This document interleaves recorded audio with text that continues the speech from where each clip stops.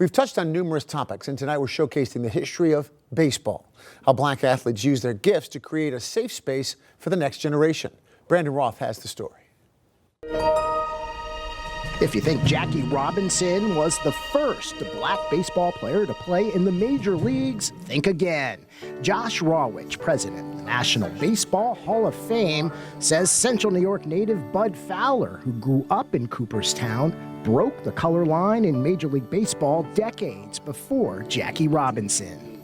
Bud Fowler is really seen as the first professional baseball player paid to actually play the sport.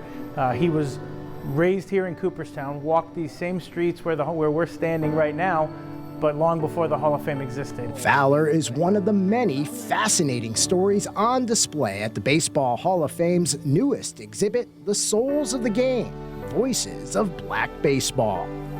As long as there has been baseball, there have been black players who love the game. Players like Satchel Paige, who was the first black player elected to the National Baseball Hall of Fame.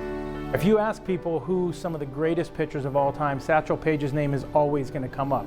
There are more than 100 artifacts here at the Souls of the Game exhibit, and each one tells the same story of black baseball players who refused to accept the norm and worked relentlessly for equality. My skin is against me. The race prejudice is so strong. Fowler, who is now a member of the Hall of Fame, faced so much racism he was never able to stay with one team. Decades later, Jackie Robinson faced the same racism and, like Fowler, overcame it with his determined play on the field and unbreakable spirit off of it. Their stories of perseverance and others will now live on inside the walls of this sacred building. This place is an incredible spot to connect generations, and that's what we do. We honor excellence, we connect generations, and we preserve history. A history that is much too important to ever be forgotten.